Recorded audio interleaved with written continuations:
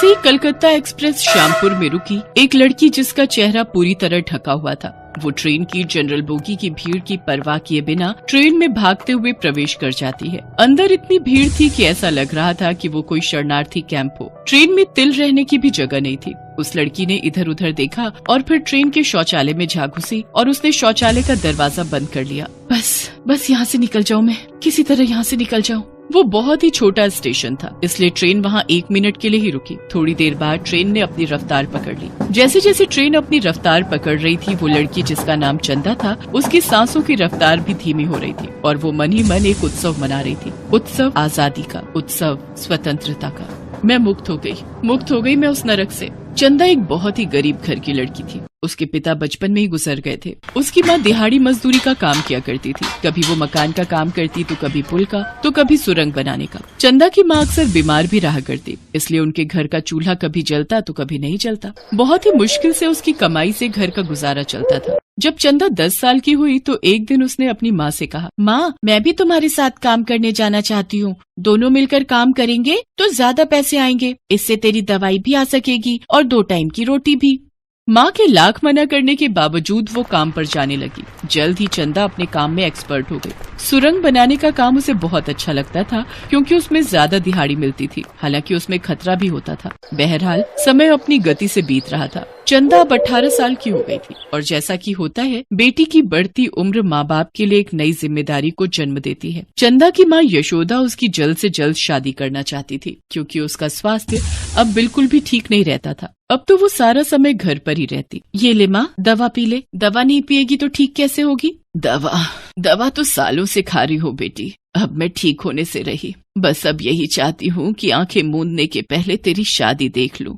लेकिन गरीब बेटी की शादी करना उतना ही मुश्किल है जितना भूसे के ढेर में सुई ढूंढना। फिर भी यशोदा चंदा की शादी की कोई भी कोशिश नहीं छोड़ती थी। इसी क्रम में एक दिन चंदा की दूर की बुआ यशोदा के घर आई और, अरे पहले सांस तो लेने दे, फिर बताती हूँ सारी बातें विस्तार से। असल में चंदा की बुआ चंदा के लिए एक बहुत अच्छा रिश्ता लेकर आई थी। यशोदा को तो विश्वास ही नहीं हो रहा था कि उसकी चंदा की किस्मत इतनी अच्छी है। अरे यशोदा, कितनी बार कहूँ तुझे, मैंने दिखा दी है चंदा की फोटो उन्हें। चंदा उन्हें बहुत पसंद है। और लेन देन फिर वही बात। अरे कहा ना, वे लोग अच्छे खाते पीते घर के हैं, उन्हें 1 रुपया नहीं चाहिए। बस 2 जोड़ी में चंदा को विदा कर दे। जब जिंदगी में सिर्फ दर्द ही दर्द भरा हो, चारों ओर दुखी दुख हो, तो उस समय अगर अच्छी खबर भी मिले तो इंसान उस खबर को शक की नजर से देखता है। यशोदा का भी वही हाल था। उसे उस दिन तक चंदा की शादी की बात पर यकीन नहीं हुआ जिस दिन तक उसके द्वार पर बारात नहीं आ गई। बेटी, हम दोनों ने जीवन में बहुत ही तकलीफें देखी है। ईश्वर करे तुम्हारे अपने घर में तुम्हें सारी खुशी मिले।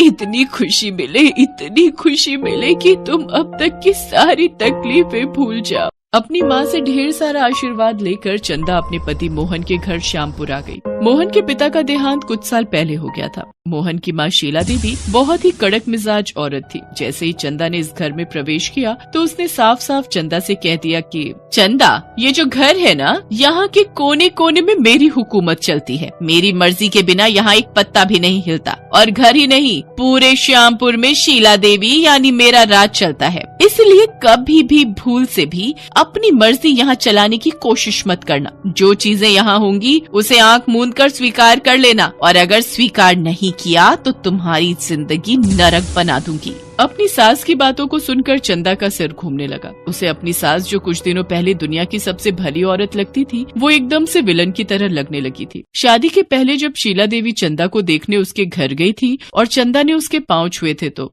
अरे रे, तुम मेरे पाँव मत छुओ बेटी। देखो, तुम उस घर में विवाह करके जा रही हो जहाँ बहू को बेटी की तरह रखा जाता है। चंदा बेटी, बस एक ही बात तुमसे कहना चाहूंगी कि अगर शादी के बाद तुम्हें उस घर में जरा सी भी दिक्कत हो तो सबसे पहले मुझे बताना, क्योंकि तुम्हारी जिम्मेदारी मेरे ऊपर सबसे ज्यादा होगी। जरूर बताऊंगी माँ जी। और हाँ, ये लो 2 लाख रुपए हैं, इसे तुम रख लो। शादी ब्याह में बहुत पैसे खर्च होंगे ना, इन पैसों से तुम्हें जो भी लेना हो ले लेना। महंगी साड़ी, गहने, जो भी लेना हो। अगर पैसे कम पड़े तो मैं और भिजवा दूंगी। यशोदा की तरह चंदा को भी अपनी किस्मत पर भरोसा नहीं हो रहा था, लेकिन सच्चाई तो यही थी कि उसकी शादी श्यामपुर के सबसे अमीर घर में हो रही थी। लेकिन चंदा को ये पता नहीं था कि जिस किस्मत पर वो रश कर रही है, उसकी उसी किस्मत ने अपने नुकीले नाखून निकाल रखे हैं, जो आगे चलकर उसकी जिंदगी को नोच नोच कर उसके शरीर से लेकर आत्मा तक को दर्द देने वाले हैं। शादी के एक सप्ताह बाद की बात है। मोहन शहर गया हुआ था और उस दिन शीला देवी ने चंदा को ऐसी बात कही जिसे सुनकर उसकी रूह कांप गई। ये क्या कह रही हैं आप? मैं कोई बात दोहराती नहीं। मैं ये नहीं कर सकती। अरे कैसी माँ है आप जो अपने बेटे की पत्नी को किसी दूसरे के साथ सोने के लिए बोल रही हैं? चंदा, जो बोल रही हूँ वो करो, क्योंकि उसके अलावा कोई चारा नहीं है तुम्हारे पास। अरे अजीब जिद्दी हैं आप, या दिमाग खराब है आप? मैं कोई बाजारू औरत हूँ जो आप मुझे इस तरह से किसी गैर मर्द के साथ सोने के लिए कह रही हैं? चाहे मेरी जान चली जाए, लेकिन मैं ये नहीं करूंगी। और आने दीजिए आपके बेटे मोहन को, मैं उन्हें पूरी बात बताती हूँ। चंदा की इस बात पर शीला जोर जोर से हंसने लगी और हंसते हुए ही उसने एक जोरदार चाटा चंदा की गाल पर मारा। सुन, मोहन मेरा बेटा नहीं है, वो मेरा प्यादा है, प्यादा। और उस प्यादे के कारण ही तो मैं ये दुनिया सालों से चला रही हूँ।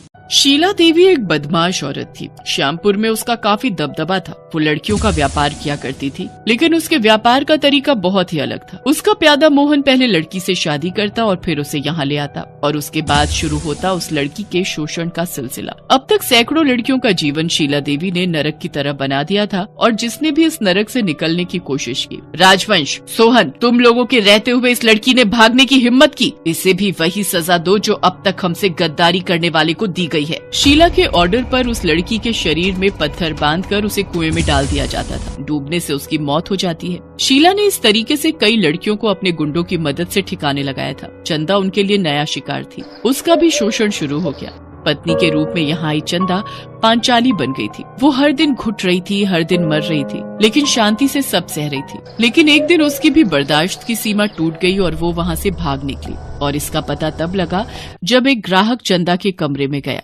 अरे शीला देवी, तुमने पैसे तो पूरे ले लिए, लेकिन वो चंदा कहाँ है? चंदा अपने कमरे में है। और कहाँ है? वो अपने कमरे में नहीं है।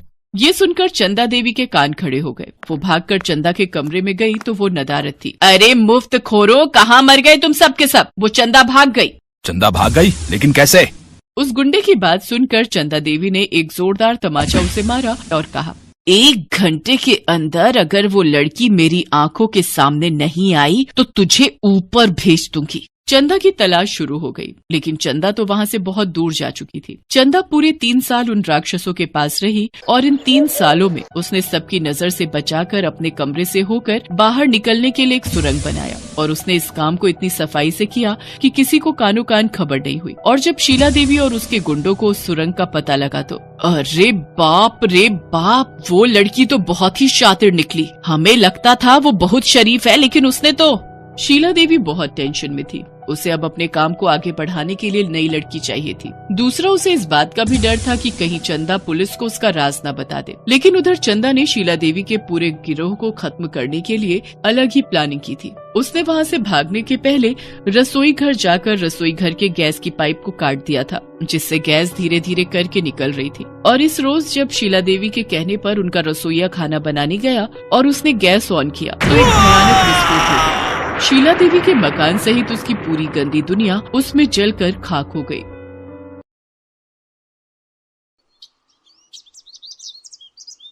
माँ जी, बहुत बढ़िया क्रीम है।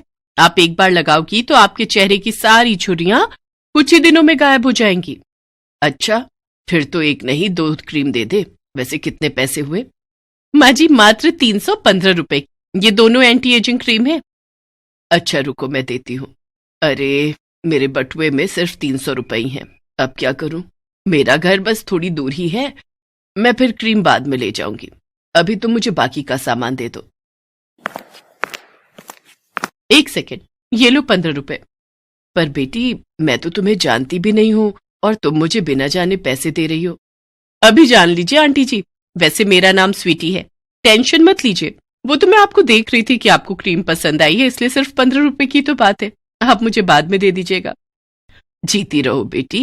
वैसे तुम कहाँ रहती हो? तुमसे फिर मुलाकात करनी हो तो कैसे करूं?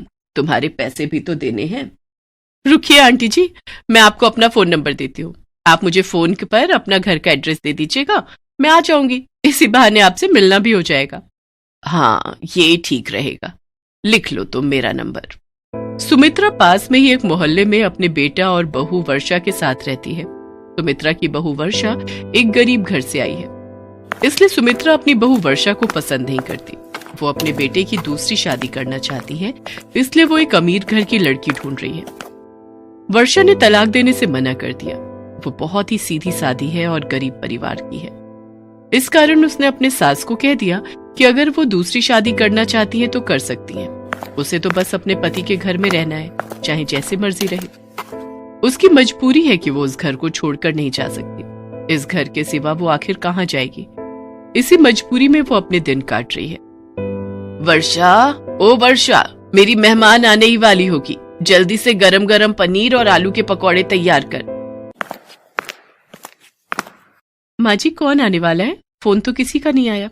है कोई? तुझे क्या मतलब? तुझे जितना कहा है उतना कर।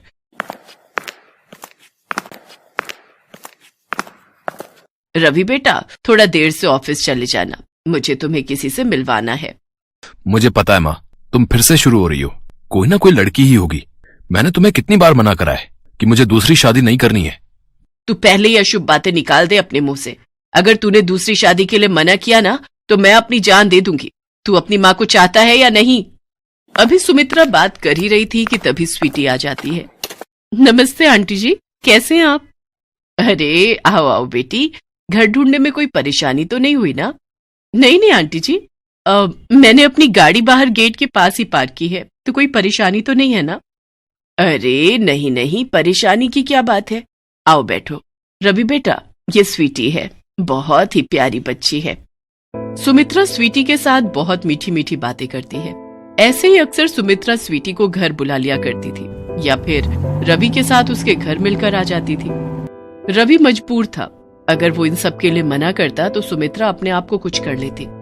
सुनो, मैं यही कहूंगी, अगर माँ जी को कुछ हो गया तो हम दोनों जिम्मेदार होंगे। आप स्वीटी से शादी के लिए हाँ कर दो, माँ जी अपने आप ही स्वीटी से बात कर लेंगी। स्वीटी भी इस शादी के लिए जल्दी ही हाँ कह देती है। आंटी जी, मैं जानती हूँ आप वर्षा के घर में रहने से खुश नहीं हो, पर आप चिंता मत करो, मेरे पास बहुत पैसा है। हम दोनों खूब ऐशो आराम से रहेंगे, खूब मजे करेंगे, पर एक शर्त पर। अब से तुम मुझे आंटी जी नहीं माँ जी कहोगी। रवि और स्वीटी की शादी हो जाती है और सुमित्रा अपनी बहू वर्षा के लिए सौतन ले आती है। जैसा सुमित्रा ने सोचा था वैसा बिल्कुल भी नहीं हुआ। स्वीटी ने तो आते से ही अपने रंग दिखाने शुरू कर दिए। अरे, ये घर अभी तक गंदा क्यों पड़ा है? क्या यहाँ पर कोई काम वाली नहीं है? नहीं स्वीटी, घर की साफ सफाई का सारा काम मैं खुद ही करती हूँ। तो माँ जी अब तक क्या कर रही हैं? मेरी सहेलियां किटी पार्टी के लिए आने ही वाली होंगी। माँ जी को कहो वो तुम्हारा काम में हाथ बटाए ताकि काम जल्दी हो सके। पर स्वीटी, मैंने माँ जी से कभी कोई काम नहीं करवाया। उनकी उम्र तो देखो, वो इस उम्र में घर का काम कैसे कर सकती हैं? तुम चिंता मत करो, मैं अकेले ही कर दूंगी। तो क्या आराम से बैठकर रोटियां तोड़ने के लिए है वो? मैं उन्हें कभी बुलाती हूँ। माँ जी, ओ माँ जी। क्या हुआ स्वीटी बहू, तुमने मुझे आवाज लगाई? इस वर्षा ने तुम्हें कुछ कहा तो नहीं? किसकी मजाल है जो मुझे कुछ कह जाए? मैं तो आपको बुला रही थी। जल्दी से झाड़ू हाथ में पकड़ो और पूरे घर में लगा दो। मेरी सहेलियों ने आना है। मुझे पूरा घर शीशे की तरह चमकता हुआ दिखाई देना चाहिए। अब आप ऐसे इस तरह बैठी रहोगी तो घर के काम कैसे होंगे? कैसी बातें कर रही हो स्वीटी बहू? जब से वर्षा बहू आई है मैंने घर के किसी काम को हाथ नहीं लगाया। मैं तो घर के काम करना कब का भूल चुकी हूँ। तो अब कर लो, अभी तो कर सकती हो। मुझे कुछ नहीं सुनना, चुपचाप घर का काम कीजिए। ऐसे इस घर में कोई नहीं रह सकता। सुमित्रा सोच में पड़ जाती है। उसने अपने पैरों पर खुद ही कुल्हाड़ी मारी थी। वर्षा जैसी बहू के होते हुए उसने स्वीटी जैसी लड़की को अपनी बहू बनाया, जिसकी वजह से आज वो इस उम्र में घर के काम कर रही थी। क्या बात है स्वीटी, तेरी तो दोनों नौकरानियां बिल्कुल बेकार हैं। इन्हें तो जैसे घर के काम ही नहीं आते। देखा, इस बूढ़ी नौकरानी ने मेरी साड़ी के पल्ले पर दाल गिरा दी। क्या? रुक, मैं अभी इन्हें सीधा करती हूँ। तुम्हारी हिम्मत कैसे हुई मेरी सहेली की साड़ी को खराब करने की? अब तुम भूखी रहोगी, तुम्हें पूरा दिन कुछ खाने को नहीं मिलेगा। तुम्हारी यही सजा है। रवि कहीं बाहर गया हुआ था। उसके पीछे ही स्वीटी ने सुमित्रा और वर्षा को बहुत परेशान किया। सुमित्रा भूखी प्यासी घर के काम कर रही थी। तभी वर्षा चुपचाप उसके लिए खाना लेकर जाती है। माँ जी, ये लीजिए, खाना खा लीजिए, आपको भूख लगी होगी। पर वर्षा बहू, ये खाना तो तुम्हारा है, तुम मुझे दे रही हो, फिर तुम क्या खाओगी? माँ जी, मुझे भूख नहीं है, मेरे से ज्यादा आपको खाने की जरूरत है। आपको अपनी बीपी की दवाई भी लेनी होती है ना, आप ये खाना खा लो। मेरे से कितनी बड़ी गलती हो गई, मैं अपनी बहू की सौतन ले आई। हे भगवान, मेरी गलती को क्षमा कर देना। वर्षा बहू, तू चिंता मत कर, अगर गलती मैंने की है तो मैं ही इसे सुधारूंगी भी। मैं स्वीटी को घर से निकाल कर ही दम लूंगी। स्वीटी सुमित्रा की बातें सुन लेती है और गुस्से में आ जाती है। क्या कहा? मुझे घर से निकालोगी? मैं तुम दोनों को ही इस घर से निकालकर बाहर फेंक दूंगी। ये घर मेरा है, अब से यहां मैं और रवि रहेंगे। हम दोनों पति पत्नी के सिवा यहां कोई नहीं रहेगा। निकलो यहां से दोनों बाहर, इससे पहले कि रवि आए मैं तुम्हारी शक्ल तक नहीं देखना चाहती। निकलो बाहर, निकलो। तभी रवि आ जाता है, उसके साथ पुलिस भी थी। मिस्टर रवि, आपने सही समय पर हमें इस लड़की के बारे में खबर दे दी, वरना आपका पूरा परिवार जो है ना खतरे में आ सकता था। माँ, इस लड़की का नाम स्वीटी नहीं चांदनी है। आज सुबह मैंने एक अखबार में इसके बारे में पढ़ा। ये एक चोर है। आप दोनों को घर से बाहर निकालकर ये यहाँ अकेली रहना चाहती थी, ताकि ये इस घर को अपने नाम करके सब रुपया पैसा बटोर कर यहाँ से रफू चक्कर हो जाए। और आज जो इसकी सहेलियां आई थी ना, वो भी चोर हैं। उन्हें भी पुलिस ने अपनी हिरासत में ले लिया है। ये पूरा एक गैंग है जो रुपया पैसा जायदाद अपने नाम करके रफू चक्कर हो जाते हैं। वरना खुद ही सोचो, कोई अनजान लड़की आपको क्रीम के लिए पैसे क्यों देगी और एकदम से दूसरी शादी के लिए कोई हाँ क्यों करेगा? माँ, तुमने बहुत बड़ी गलती कर दी। वो तो अच्छा हुआ कि मेरी और स्वीटी की शादी लीगल नहीं है और पुलिस के पास इसका रिकॉर्ड है, वरना तुम्हारी इस गलती की वजह से मैं भी जेल जा सकता था। मुझे माफ कर दे रवि बेटा। वर्षा बहू, मैंने पैसों के लालच में आकर अपने ही बेटे की जिंदगी खराब करनी चाहिए। इंस्पेक्टर साहब, ये स्वीटी बहुत गलत लड़की है, इसने मेरा क्या हाल कर दिया। मेरी वर्षा बहू कितनी अच्छी है, लाखों में एक है। बड़ी आई थी मेरी वर्षा बहू और मुझे घर से निकालने वाली। अब तू जेल की सलाखों के पीछे जब सजा भुगतेगी ना, तब मेरे कलेजे को ठंडक पड़ेगी। सुमित्रा